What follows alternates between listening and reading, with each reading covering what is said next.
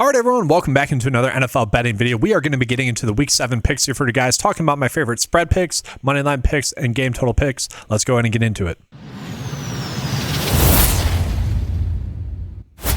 So I do want to go ahead and show you guys kind of a new thing I added on into the 9 to 5 website here for the NFL Sportsbook cheat sheet here. So I added in this best bets list here for you guys, which will literally just list out the best bets that we are getting for the week, which is a little bit different from the main market screen where you guys can kind of scroll through and see which games are kind of the best bets and kind of just navigate your way through there.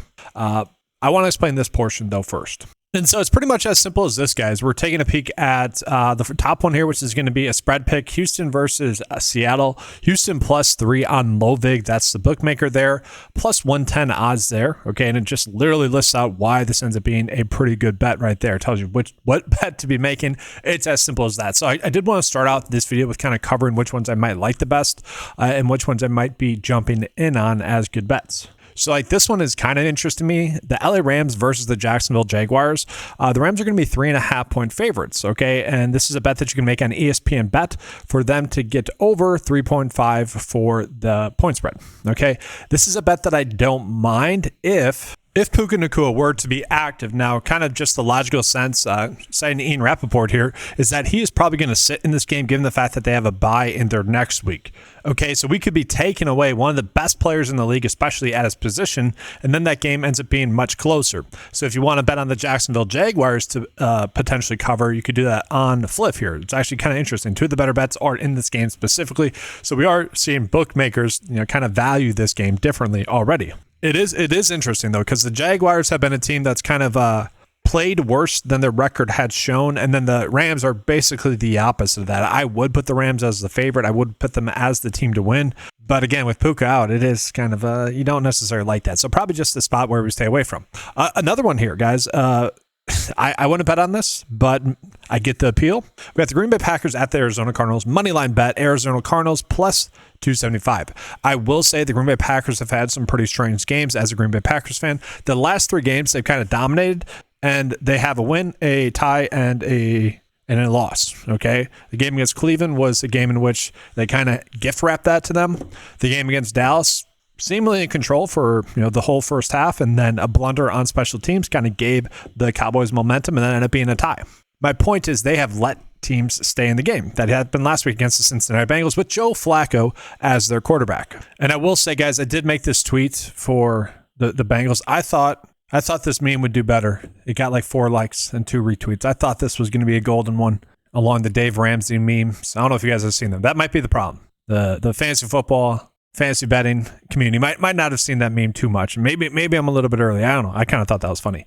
But it is worth calling out, guys. Jacoby Brissett did start for the Arizona Cardinals last week in place of Kyler Murray. Now, they didn't win, but Jacoby Brissett played a very good game against a Colts team that has been pretty darn solid as well. Now, that being said, you also have the Cardinals maybe without Marvin Harrison Jr. as well. So they could be without Kyler Murray, Marvin Harrison Jr., James Conner, and Trey Benson. Like, to me, it's tough to imagine the Cardinals being able to win that game, actually. And so if we're kind of looking at it, I might want to find a Packers money line bet here, guys, that we could actually do in replace of that. Are there any good ones that we can get on? I mean, they're all basically -300, and so probably not that appealing for people to bet on that. I understand that, but that'd probably be the approach I'd want to go with the most there in that game. Let's look at the point spread real quick. So the Packers are going to be 6.5 point favorites. I might not do that. They've had a tough time covering lately.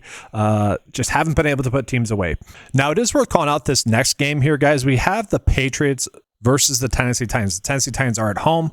The Patriots are going to be 7.5 point favorites in this game. The Titans did just get rid of their head coach, which, man, the failure from these organizations to set up a rookie like that, or if you guys have probably seen the tweets by now, but literally the last 3 years, the number 1 overall quarterback pick has had their head coach fired in the middle of the season, which is pretty darn crazy.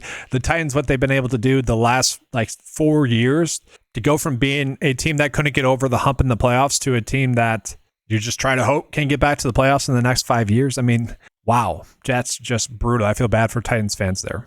But maybe that, we can see in some situations that bring life into a team that was kind of lifeless. Maybe Cameron Ward starts playing better, but a big problem with that Is that their star receiver, Calvin Ridley?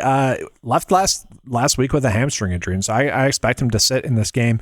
And if you take out another offensive weapon for them, like they're just probably going to get blown out as Vegas is expecting. And so I perfectly understand this line. And if you want to bet on the Patriots to win by 7.5 points or more, they look great last week. I would definitely understand that. I'm going to pass up on the low vig bets. Not a lot of people are betting on those. Although Eagles and Minnesota get over 43 points total, they better be able to do that. This one's certainly interesting here, guys. The New York Giants to beat the Denver Broncos, okay, plus 300 on BetMGM. That seems wrong to me, okay? They did play a very good game this last week. Jackson Dart looked great.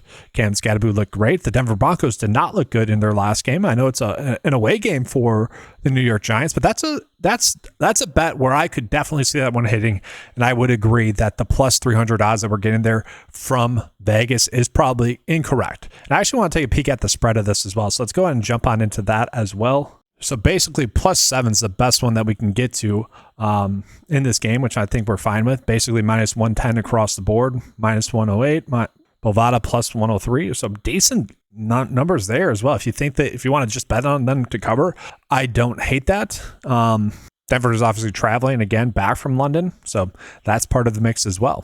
And then from there, guys, we are starting to get a little bit too low in regards to like which bets we could potentially be on from there. But I do think this Houston Seattle bet I do like. So it's only about a 0.34 percentage. Like overall, that doesn't matter if you guys like a bet. Obviously, place it. But this is all about if you like a bet and you can find a plus edge bet that you can make, by all means do that. And so just as an FYI, what we're doing when we're looking at like the edge, that's just taking the current odds for that game on average, and then comparing that against a specific book and seeing if their percent likelihood for a bet to hit is a little bit different in a good way for us, the better, compared to the average sportsbook client. And that's what we're doing here.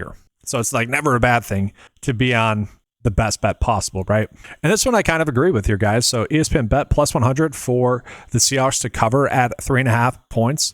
I think that's solid. The Seahawks have looked great. Sam Darnold's been balling out. It's a home game for them as well. The Texans have been a little bit hit or miss. I like that one a little bit more than I do the Houston Texans plus 3. And then this other one as well, guys, worth calling out. So we have another ESPN bet that I like, and that's going to be the Carolina Panthers to cover the 1.5 point spread that they have in this game against the New York Jets. And my biggest takeaway with this spot is really Garrett Wilson. If Garrett Wilson's going to be out in this game, that offense is going to be extremely limited for the Jets. Like we're probably looking at Mason Taylor actually being their top pass catcher in this game, and he's a tight end. Like they didn't even get a target to Breece Hall in the last game. Now, again, that was an ugly game for Justin Fields. We know the Justin Fields experience at this point. It's a roller coaster ride, typically not a fun ride unless you play fantasy football where, 28, 25, 28, like good results there. And then he has these two duds mixed in there. That is Justin Fields to a T. Again, if you're a Jets fan, you're kind of happy. Okay. The reason you move on from Aaron Rodgers, a player that gives you a chance at the playoffs, and go to Justin Fields and pay Justin Fields that money is to intentionally lose to hopefully get the first round pick. So like you never like to see your NFL team do well or do poorly, but the franchise need a little bit of a reset, and that's just what they are going through here. And then on the flip side of that, the Carolina Panthers have actually been playing solid. We need Bryce Young to get off to a faster start. That's kind of been the issue with him, is he's gone off to slow starts. But hopefully Rico Dottle continue to be the RB1 for them, can kind of alleviate that.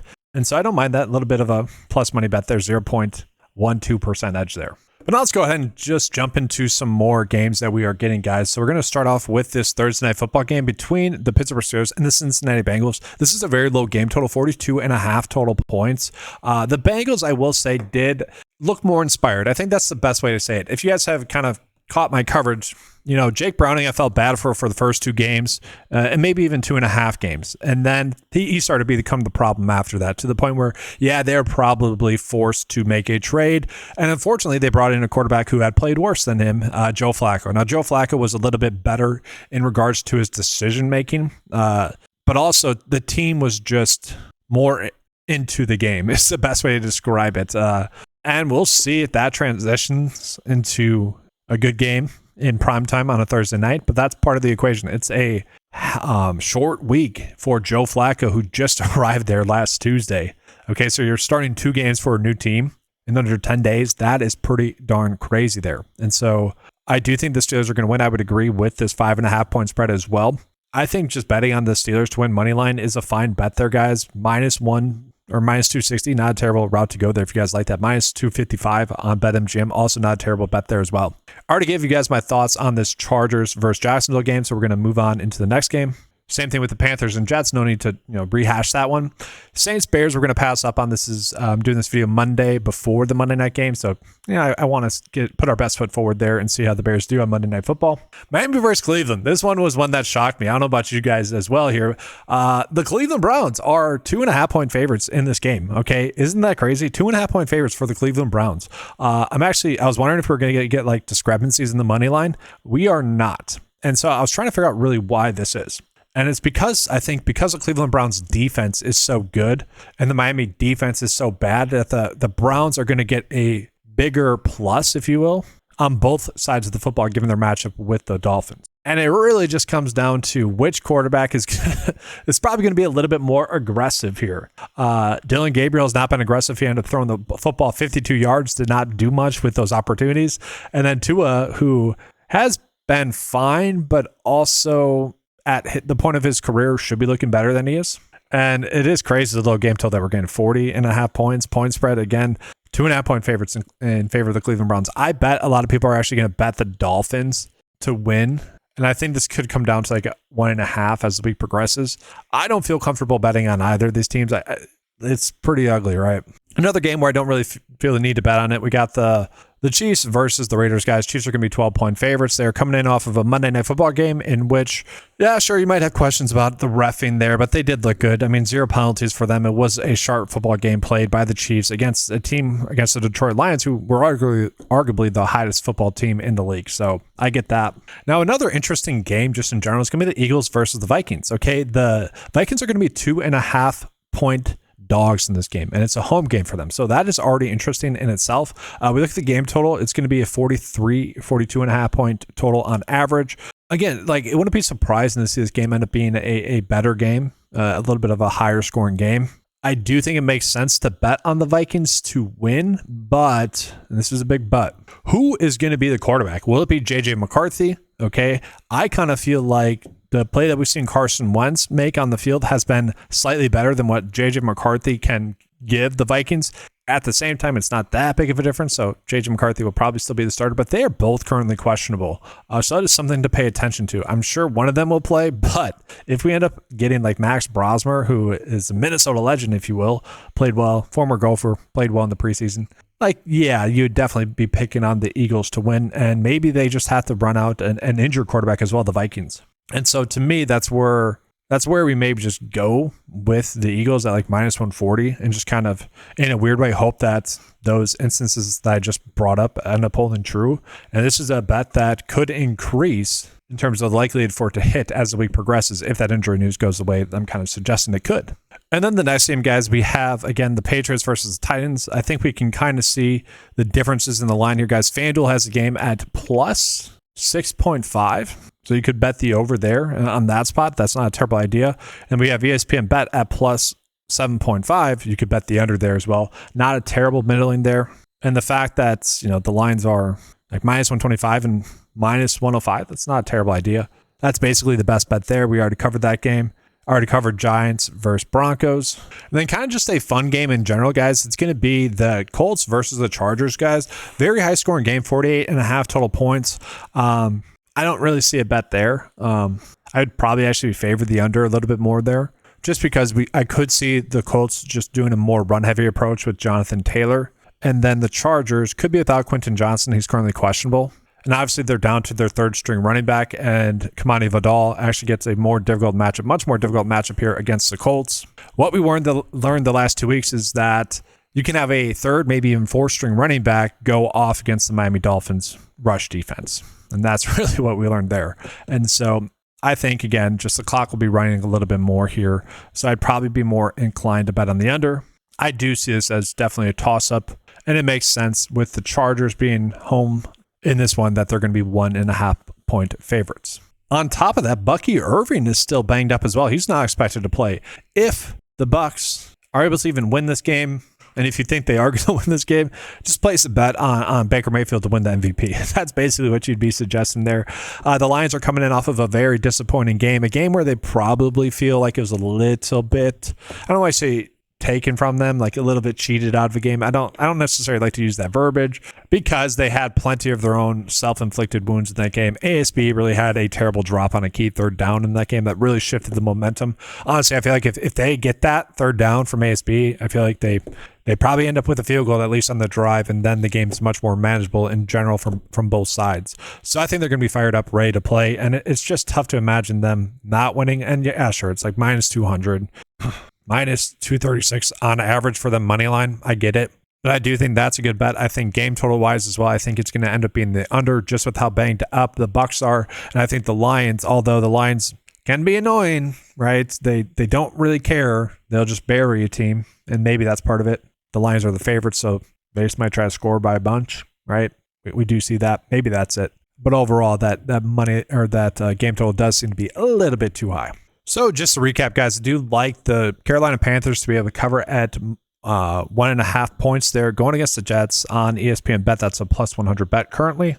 And then I do like the Seahawks to win by 3.5 points. They're in a home game against the Houston Texans, guys. That's another ESPN bet at plus 100. Both of those are plus edge bets currently. Obviously, I gave out a bunch of other bets there for you guys to choose from. By all means, if you guys like any of those bets, feel free to bet on them. If you guys hate any of the calls that I made, you can always do the opposite of those bets. But I appreciate you guys being here. If you guys enjoyed the coverage, leave a like on the video, subscribe to the channel. Don't forget to hit that notification bell as well. If you guys would like access to that NFL sportsbook cheat sheet there, head on over to 9to5sports.com. You guys can get access to all the tools available on the website for $10 a month, including that as the best prop bets tools as well for all the various sportsbook, as well as like prize picks and underdog. Give out NFL DFS tools as well, including that membership. So check it out, guys. All those are available for a low monthly cost of $10 a month. I appreciate you being here. Good luck. And as always, let's keep cashing.